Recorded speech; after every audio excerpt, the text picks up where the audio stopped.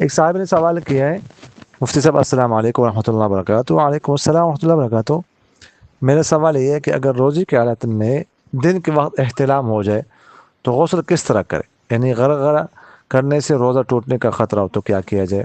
اور اگر روزہ افطار کرنے کے بعد غرغرہ کرنا بھول جائے اور نماز پڑھ لی تو کیا مغرب کی نماز ہو جائے گی؟ کیونکہ میں نے خود جماعت کرائی ہے، جزاک اللہ خیر۔ دیکھیے گا، احتلام سے